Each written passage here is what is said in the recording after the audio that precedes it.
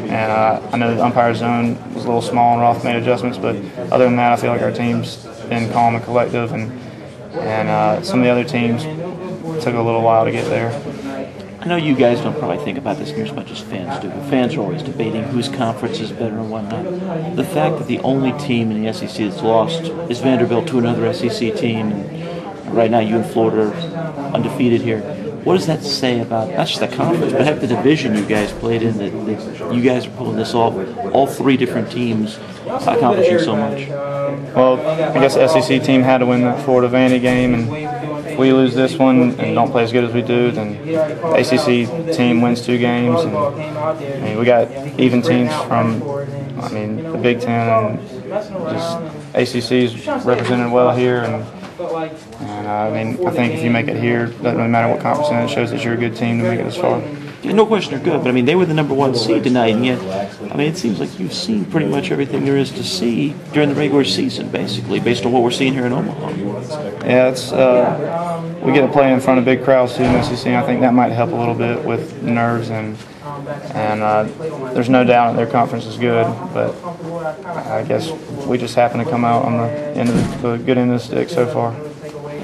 Kind of going back to the 1-2-3 double play, how much does the fact that you've been in that situation and had that same outcome, how much does that kind of give you comfort going in there? That helps a lot. I was expecting that, and actually pointed to Wingo as I was coming to him if I got a ground ball, and he reminded me that we had bases loaded. And I knew that, but I was just thinking because of habit.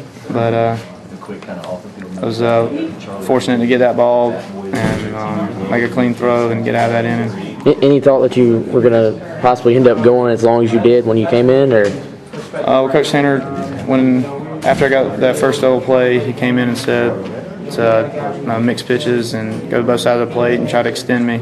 And I just took one at a time, because before you know it, if I go out for my next inning and this guy's on second and third, and we change pitchers to a lefty if they're up, or if somebody else is hot and they're not comfortable. But we got a staff that's been there all year long and can get the job done. So I just try to throw strikes and do my job. Is there a different mindset when he did tell you that you might extend? How much different is the mindset than maybe just trying to get a couple of guys? Doesn't really change. Personally, myself, as a pitcher, you want to go as long as you can, stay out there, and do what you're here to do. So I still think one of the most important things is taking one batter at a time, one inning at a time. And final question, man, how have you, through all the appearances this year and just, you keep going back out there, how have you managed to just kind of, stay comfortable and not really arm tired? Or is that something you've always been able to do, or kind of? No, not always. I think the slot helps a lot. It's less stress on the shoulder, and just our staff making sure we get our work in and conditioning-wise, and our throw-in stays on time, that we can go whenever we're called on. Cool. Appreciate it.